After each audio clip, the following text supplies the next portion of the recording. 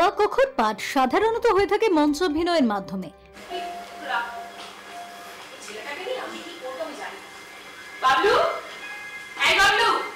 বিশেষত সংস্কৃতি পরায়ণ মানুষদের ক্ষেত্রে।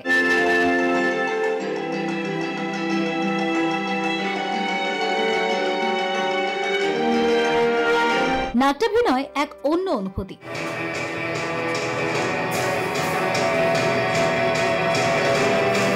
তবে নাটক যে আজও দর্শকদের মন্ত্রমুগ্ধ করে তার জীবন্ত উদাহরণ বিশিষ্ট নাট্য ব্যক্তিত্ব ব্রাত্য বসুর পুরনো ট্রাঙ্ক নাটকটি। ব্রাত্য বসুর নতুন নাটক পুরনো ট্রাঙ্ক নাটকে রয়েছে গভীর জীবনবোধের কথা।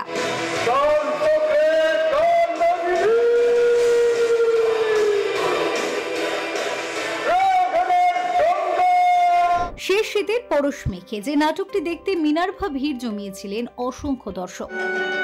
দমদম ব্রাত্যজন প্রযোজিত পুরনো ট্রাঙ্কের কাহিনী কোনো কাল্পনিক চরিত্র সমৃদ্ধ নয়। নাটকটির সামগ্রিক ভাবনায় প্রদীপ মজুমদার। এদিন নাটক দেখতে মানুষের ভিড় ছিল চোখে পড়ার মতো। বাবা তার মৃত্যুর আগে একটি পুরনো ট্রাঙ্ক তুলে দিয়ে যান তার ছেলের হাতে। সেই পুরনো ট্রাঙ্কে থাকা কমিক্সের বইগুলির চরিত্র জীবন্ত হয়ে ওঠে ছেলেটির স্বপ্নে। বর্তমান সময় যখন হারিয়ে যাচ্ছে বাচ্চাদের শৈশব, তখন এই ধরনের নাটক ফিরিয়ে দেয় আমাদের ছোটবেলাকে।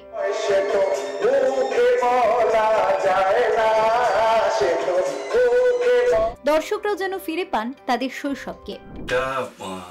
পড়তে পড়তে আমার মনে হয় যে এটা আমারও কথা, এবং সেই জায়গা থেকে যখন আমি বলি কথাগুলো তখন আমারও ওই পুরনো স্মৃতি সবটাই আমার উঠে আসে মনের ভেতর থেকে।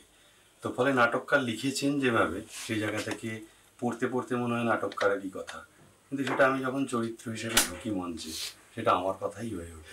আমার মনে হয় যে স্যার ব্রাত্য বসু পুরনো ট্রাঙ্কটি আমাদেরকে আর কি একেবারে উপহার দিয়ে আর কি, যেটা আমি বুঝতে পেরেছি যে এটা একটা শৈশবের উদযাপন হয়েছে।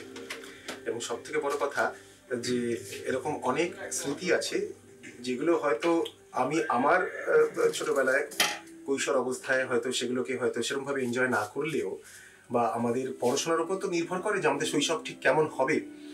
তো সেক্ষেত্রে এই যে দীপক চ্যাটার্জির যে আবির্ভাব এবং সেই সময় দাঁড়িয়ে বাংলা সাহিত্যের পাঠকদের কাছে যে সবচেয়ে জনপ্রিয় পাল্প ফিকশন, এইটার আদলে যে পরবর্তীকালে যতগুলো আমরা কমিক্স বই দেখেছি বা কমিক্স ক্যারেক্টার দেখেছি, তার কিন্তু কোথাও না কোথাও ছোঁয়া দীপক চ্যাটার্জির কাছ থেকেই পেয়েছে প্রত্যেকটা চরিত্র। এবং সব থেকে বড় কথা, যখন চরিত্রটি আমার কাছে আসে দীপক চ্যাটার্জি, যখন অনেক অনেক গল্প, অনেক সিরিজ আছে যেগুলো আমার পড়া ছিল না, যার মাধ্যমে এই গল্পটির মাধ্যমে, এই নাটকটির মাধ্যমে আমি সেগুলো পড়ি এবং জানি, এবং আরো ডিটেলসে তার সম্পর্কে আমার মধ্যে যে এনার্জিটা তৈরি হয় সেইটা বেশ ফ্যাসিনেটিং।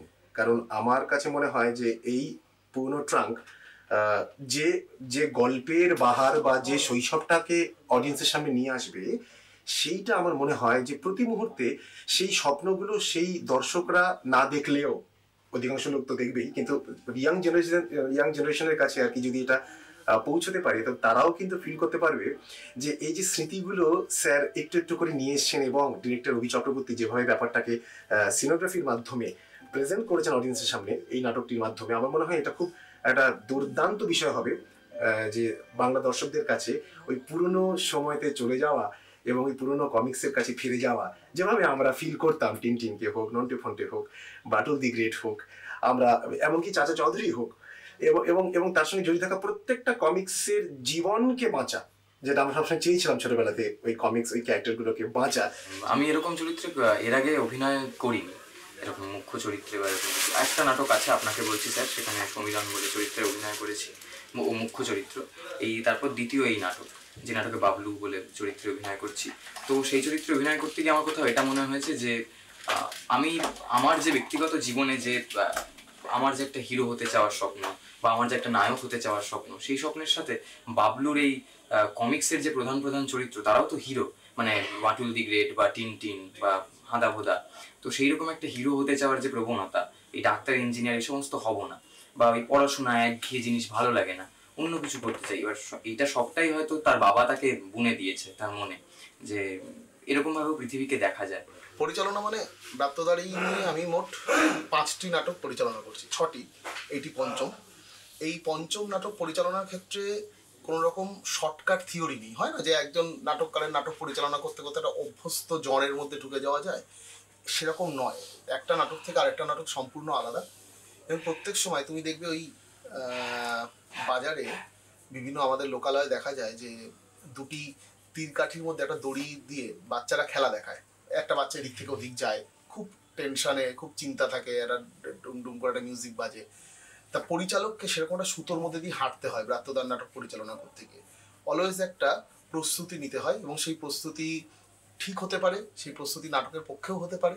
প্রস্তুতি নেওয়ার পর দেখা যেতে পারে যে সেই প্রস্তুতিটা আবার নাটকের বিপক্ষেও চলে যেতে পারে। বিপক্ষে চলে যেতে পারে এই কারণে বলছি যে নাটকের যে মাল্টি লেয়ার, সেটা যেহেতু ক্রিয়েটিভিটি আনকনসিয়াস, সবসময় আমার সঙ্গে সেটা নাও ম্যাচ করতে পারে।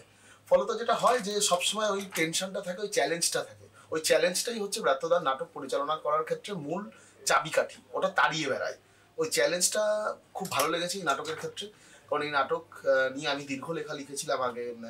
নাটকটা যখন পড়ি প্রথমেই, প্রায় 2 বছর আগে, তখনই ব্রাত্যদাকে বলেছিলাম যে এটি যদি আমাকে পরিচালনা করতে দেওয়ার অনুমতি দেন উনি। আমি কৃতজ্ঞ, উনি অনুমতি দিয়েছেন। সেই পুরনো ট্রাঙ্ক শহর জুড়ে আমরা খুঁজে বেড়াচ্ছি, কি আছে পুরনো ট্রাঙ্কের ভিতরে। সেই পুরনো ট্রাঙ্কটার ভিতরে বই, শুধু বই, শুধু বই।